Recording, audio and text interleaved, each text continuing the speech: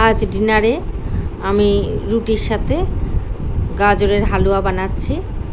তো প্রথমে কড়াইয়ে তেল দিয়ে তারপর গাজর যেগুলো গ্রেট করে রেখেছিলাম সেটা দিয়ে দিচ্ছি।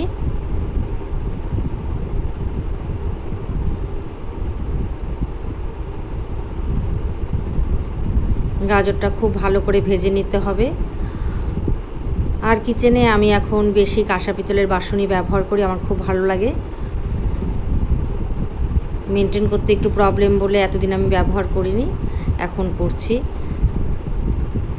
এবং এটা হেলথের জন্যও খুব ভালো।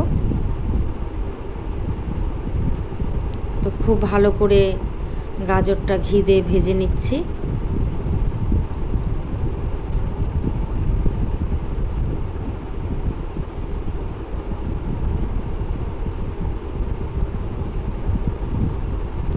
ভাজা হয়ে গেলে এখন দিয়ে দিলাম আমি দুধ। আমি আমুল গোল্ড দিলাম, যে কোনো দুধ আপনারা দিয়ে এটা করতে পারবেন। আর দিয়ে দিচ্ছি কিশমিশ, অ্যালমন্ড আমি কেটে রেখেছিলাম, আর কাজু বাদাম,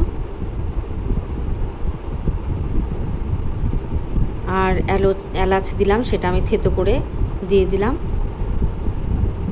আর মিষ্টি যে যার স্বাদ অনুসারে দেবেন। এবার ভালো করে আমি এটা ফুটে গেলে গাজরের হালুয়াটা নামিয়ে নেব। আমার গাজরের হালুয়া হয়ে গেছে।